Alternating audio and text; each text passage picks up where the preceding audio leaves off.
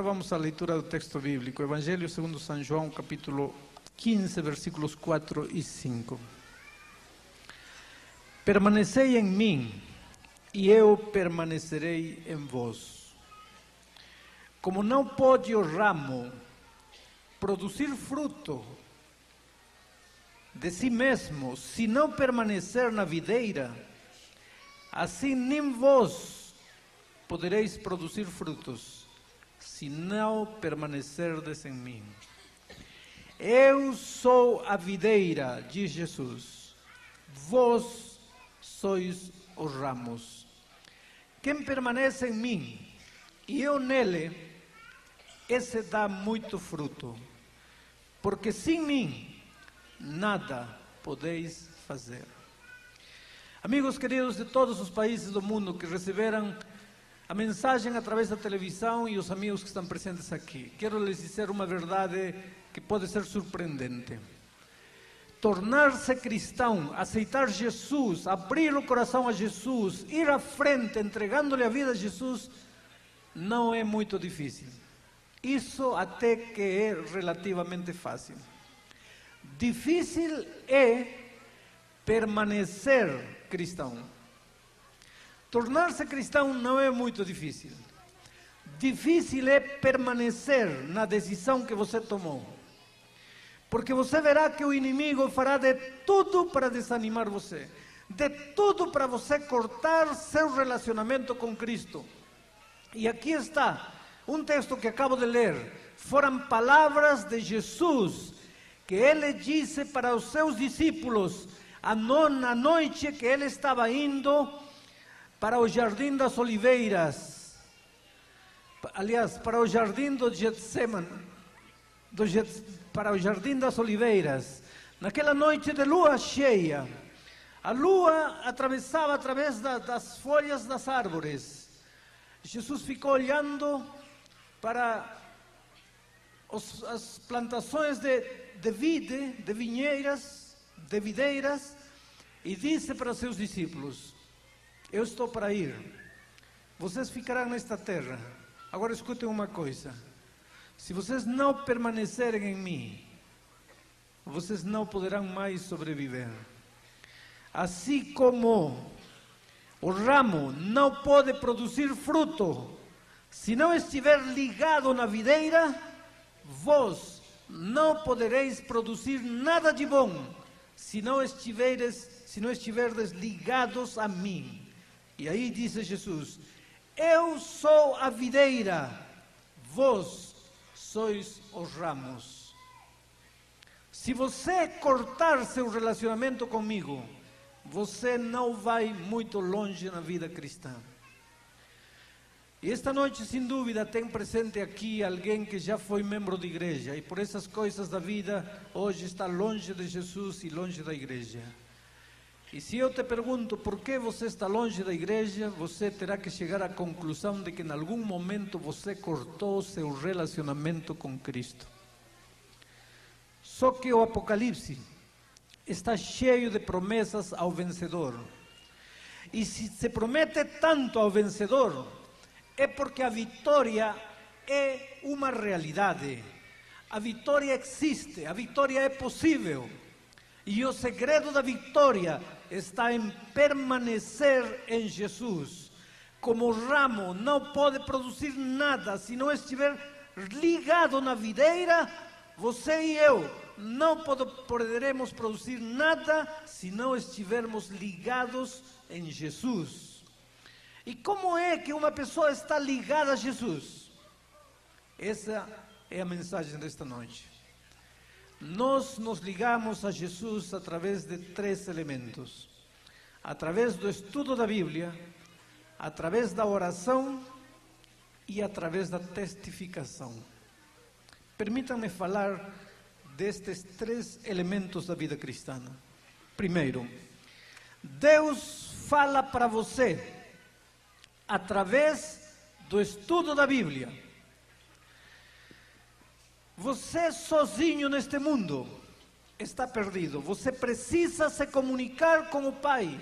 E o Pai só tem uma maneira de se relacionar com você: e é através do estudo da Bíblia.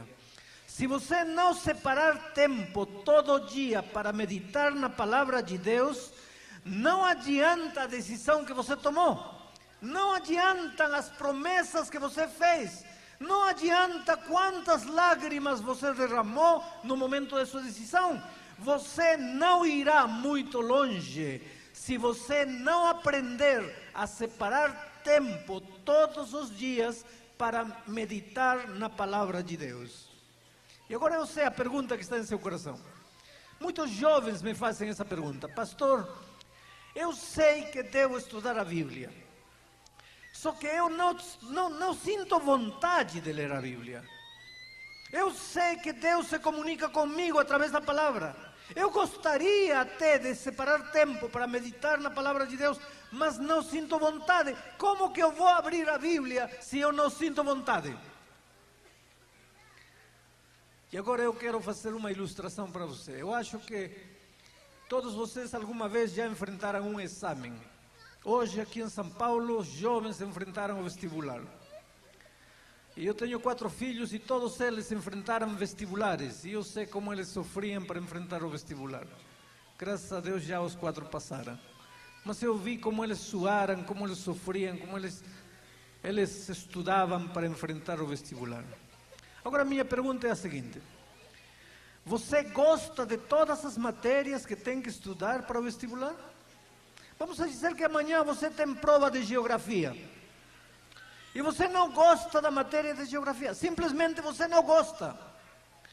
Abre o livro de geografia e não gosta, é chato, não tem vontade de estudar geografia. Só que amanhã você tem prova de geografia. O que você faz? A matéria é chata, o livro é chato, geografia é chata. Você não tem vontade, não tem a mínima vontade. Então, como não tem vontade, fecha o livro de geografia e diz: tá bom, é chato, não tenho vontade, não estudo. É assim?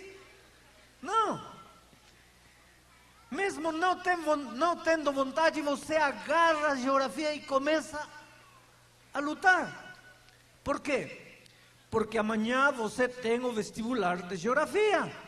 E se você não passar na matéria, não entra na universidade.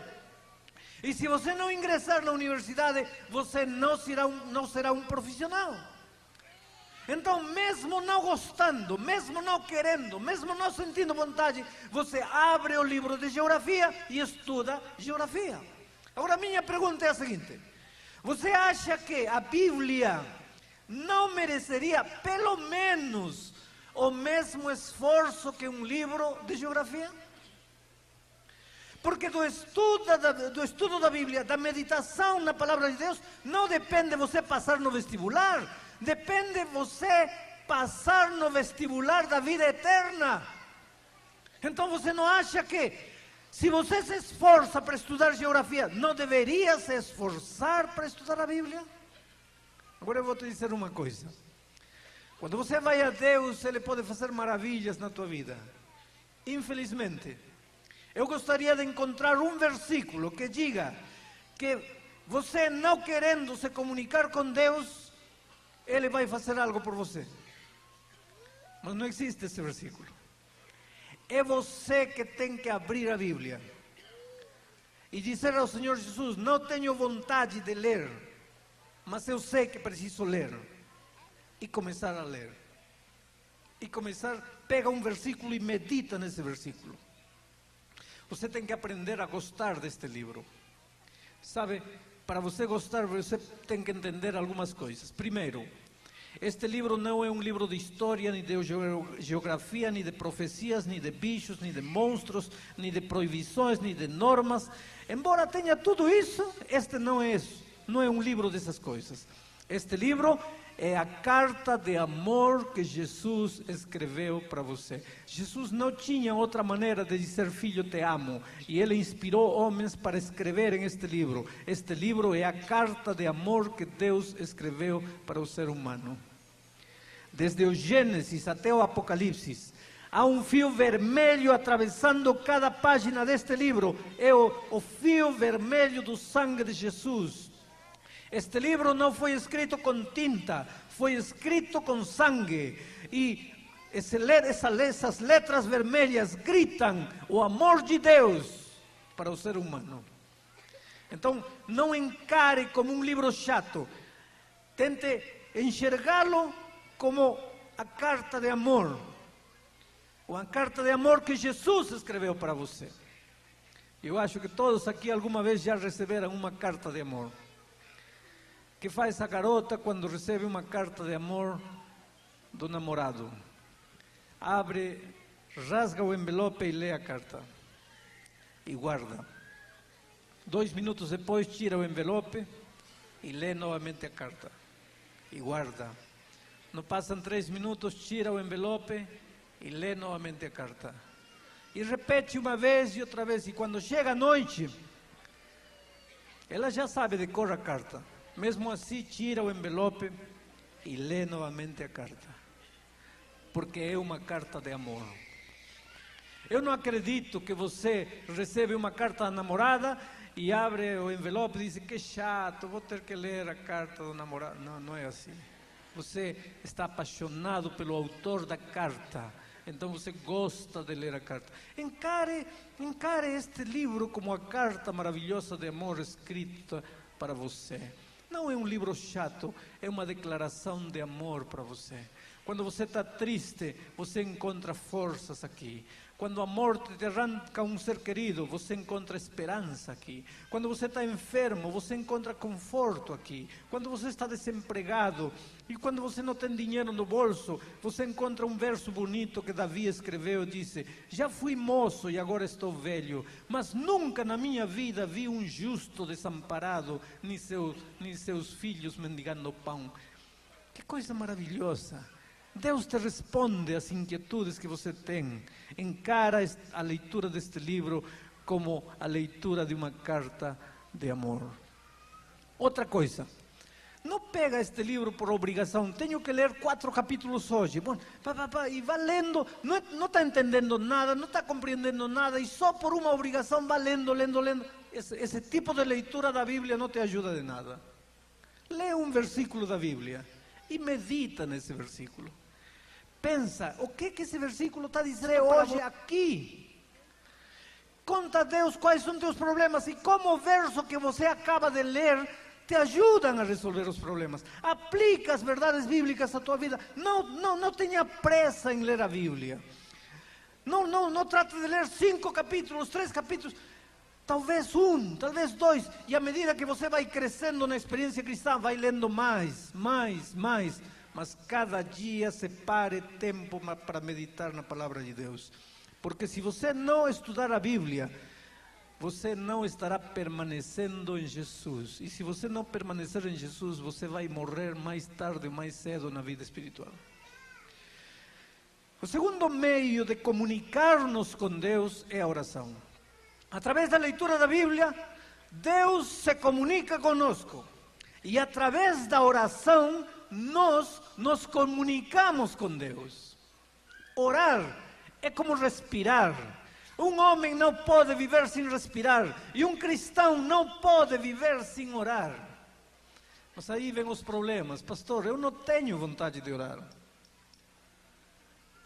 Esse é o nosso problema, queridos. Que não temos nem vontade de estudar a Bíblia, nem vontade de orar. Eu vou lhes explicar por quê. Sabe por que não temos vontade de orar nem de ler a Bíblia? A gente sabe que tem que fazer, mas não tem vontade. Sabe por quê? Porque desde que o pecado entrou ao mundo, todos nós viemos a este mundo, nascemos com natureza pecaminosa. E a natureza pecaminosa não gosta de relacionar-se com Deus.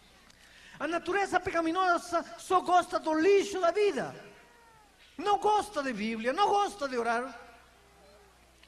Então, queridos, se nós buscarmos a Deus, não será porque seja natural, será porque o milagre da conversão aconteceu em nossa vida.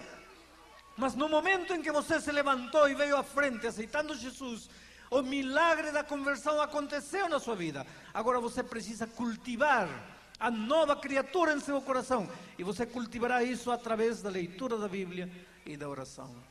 Quando você não tem vontade de orar, diga ao Senhor Jesus: Senhor, olha aqui, neste momento eu me lembrei que eu tenho que orar, mas estou sem vontade de orar.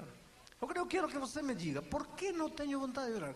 Porque se minha cabeça me diz que tenho que orar, eu não tenho vontade de orar. O que está acontecendo comigo? E você começa a falar, e você começa a questionar a Deus, só que à medida que você vai fazendo isso, de repente seu diálogo com Deus vai se abrindo. Muitos não têm vontade de orar porque não sabem orar. Muitos acham que orar é rezar. Orar não é rezar. Rezar é repetir uma oração que você aprendeu de cor.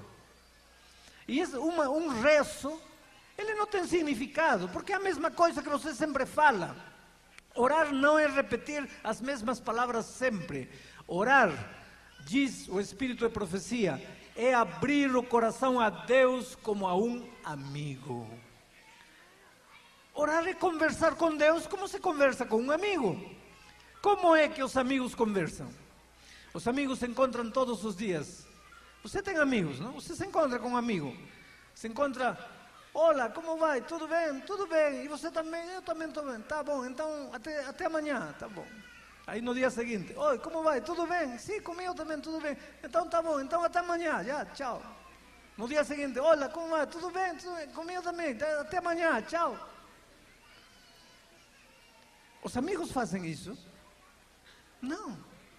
Então por que nós falamos, Pai nosso que estás no céu, santificado seja teu nome? Todos os dias, Pai nosso que estás no céu, santificado seja teu nome. Abençoa meu pai, abençoa minha mãe, abençoa minha tia. Isso não é orar.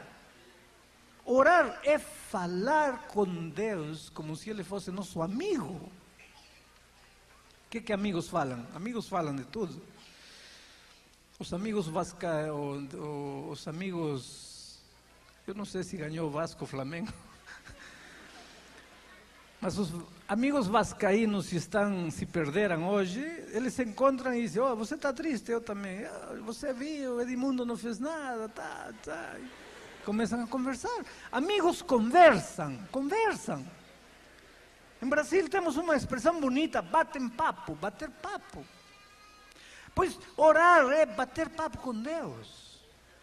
Senhor, estou triste porque o Flamengo perdeu, por que isso?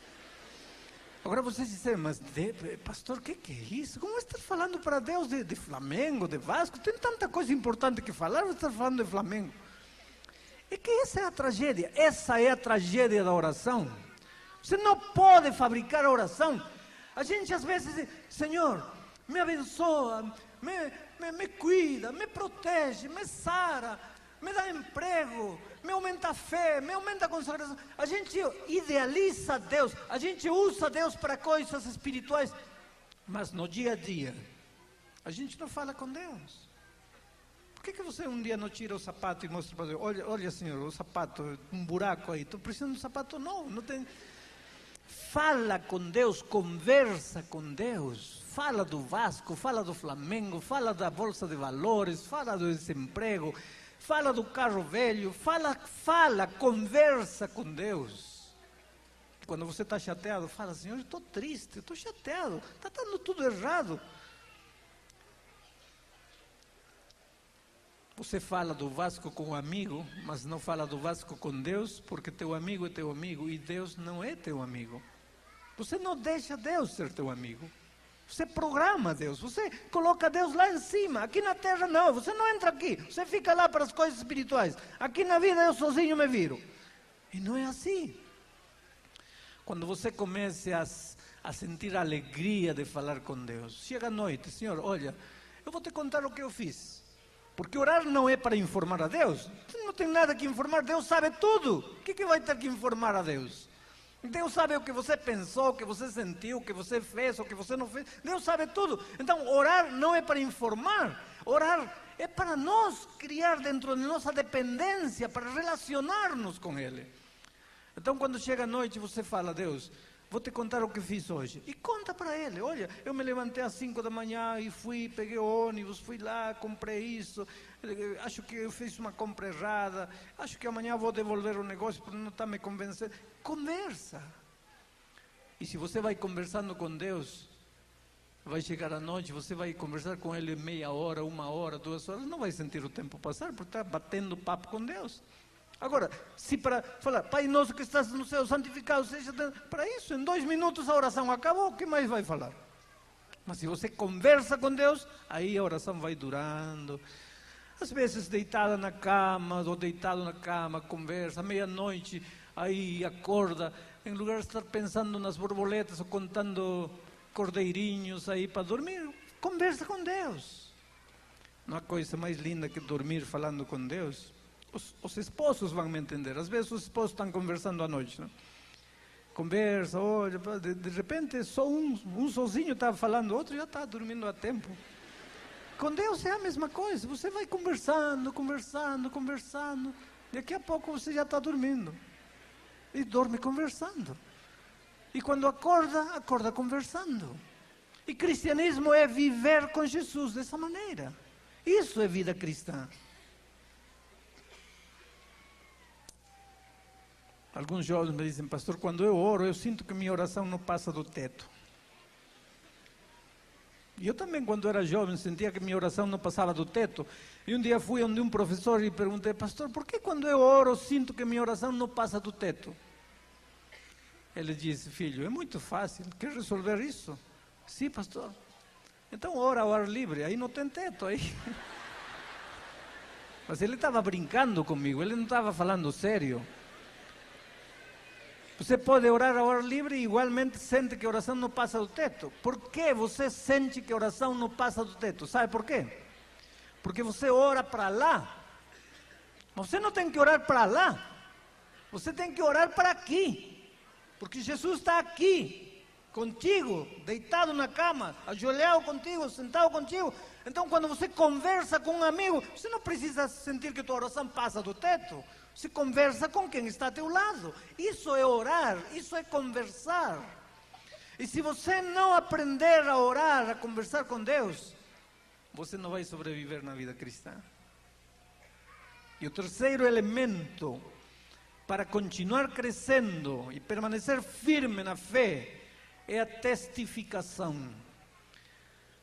Você era infeliz, você não tinha paz, você estava mergulhado nas drogas, você era um ateu, um incrédulo, mas isso doía teu coração, tua família estava estraçalhada, você não sabia o que fazer com a vida, e um dia encontrou Jesus e se apaixonou por Ele e lhe entregou a vida. E agora você tem paz, e agora você pode dormir. Quando chega a noite, você não tem que estar contando cordeirinhos, você não tem que tomar comprimido para dormir. Queridos, eu les digo uma coisa, não há coisa mais linda na vida que viver em paz com Deus. Deitar na cama e conversar com Ele e depois respirar 3 vezes. E tchau, até amanhã. Dormir em paz. Em paz. Agora, essa paz que Jesus me dá, quando eu vejo pessoas desesperadas, tristes, por que não falar para elas da paz que Jesus trouxe à minha vida? Agora, querido, se você somente estudar Bíblia e orar, mas não testificar, você em pouco tempo vai perder a vontade de orar e estudar a Bíblia. Então, para você sempre sentir a vontade de orar e estudar a Bíblia, você tem que incluir o terceiro elemento, que é a testificação. Procura um amigo, convida para a tua casa, assiste um vídeo cristão, lê a Bíblia, estuda a Bíblia, procura um colega em teu trabalho, um vizinho, um primo, um tio, um cunhado, um sogro, sogra, conversa, conta de Jesus, conta o que Jesus fez na tua vida, testifica. Porque se você não testificar, não vai muito longe na vida cristã. Às vezes os seres humanos somos ingratos.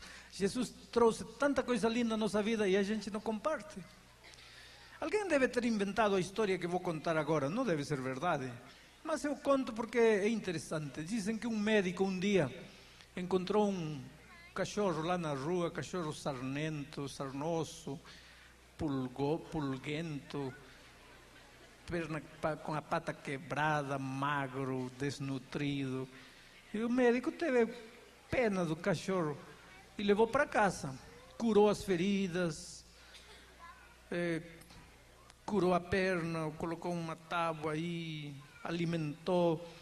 Em 2 meses o cachorro estava bonito, pelo lustroso, brilhante, gordo, uma maravilha de cachorro. E um dia o médico deixou a porta aberta e o cachorro desapareceu. E o médico pensou, cachorro ingrato. Como eu encontrei na rua, fiz de tudo por ele, deixei a porta aberta e já sumiu. Na manhã seguinte o médico acordou porque alguém estava raspando a porta. Ele foi, abriu, aí estava o cachorro de volta. Só que estava trazendo 5 cachorros magros, pulguentos, com a perna quebrada. Não deve ser verdade, alguém deve ter inventado essa história. Mas cada vez que a gente não tem vontade de falar a outro do que Jesus fez na vida, é bom lembrar do cachorro sarnento. Porque se até o cachorro busca outro cachorro, nós deveríamos buscar outras pessoas que não têm paz no coração. E tem tanta gente sofrendo na vida, queridos. Tem tanta gente sofrendo. Às vezes, nos aeroportos eu vejo aí sentadas pessoas sozinhas, tristes, com os olhos perdidos. E como quem não quer nada, fico sentado ao lado e falo, você tem problemas? Olhe para mim. Quem é você? Você está com problemas, não? Como você sabe? Todos os seres vivem abrumados, cheios de problemas. E quando a gente conversa, quando a gente fala do amor de Jesus, pode ver as lágrimas de emoção nos corações. As pessoas que sofrem sozinhas, não tem paz. E Jesus trouxe um dia paz ao coração. Por que não compartilhar essa paz? Agora, queridos, vocês que estão me ouvindo aí na televisão, vocês que tomaram a decisão esta semana, lembrem-se, separar tempo para estudar a Bíblia, Deus se comunica contigo através da Bíblia. Separar tempo para orar, você se comunica com Deus através da oração. E separar tempo para testificar. Quando você conta para outros o que Jesus fez por você, você vai sentir vontade de continuar estudando a Bíblia e continuar orando. E dessa maneira você estará permanecendo em Cristo e Cristo em ti. E se você permanecer em Cristo e Cristo em ti, você produzirá muitos frutos. Essa é a promessa maravilhosa de Jesus.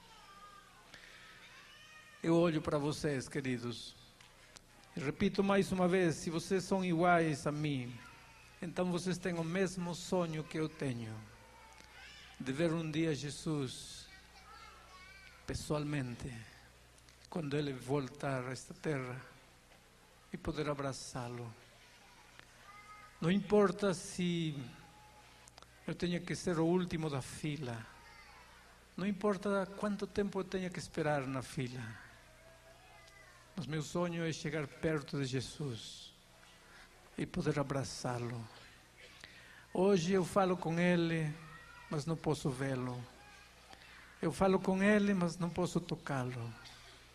Sinto sua voz cada vez que abro a Bíblia, mas não posso ouvir a voz como gostaria de ouvir, a voz audível dele. Mas Jesus volta e eu vou poder abraçá-lo. E se esse é meu sonho, e você não é diferente de mim, esse também é teu sonho. Mas, queridos, não pensem que nós chegaremos àquele dia porque nos batizamos, porque pertencemos a uma igreja, porque guardamos os mandamentos, ou porque devolvemos o dízimo. Não. Chegaremos a esse dia se nesta vida nós aprendemos a viver em comunhão diária com o Senhor Jesus Cristo, através do estudo da Bíblia, da oração e da testificação. Neste momento, volte para casa feliz. Você é a coisa mais linda que Deus tem nesta vida. Não importa quantas vezes você errou no passado, Deus te deu esta semana a oportunidade de recomeçar. Não importa quão longe você andou de Deus, Deus te deu esta oportunidade, esta semana, a oportunidade de entregar-lhe o coração. Permaneça firme até o fim. Se por algum motivo escorregar na vida, não desanima. Acredita no poder maravilhoso de Jesus. Acredita na sua misericórdia. Levanta-te e continua andando com Jesus Cristo até o fim.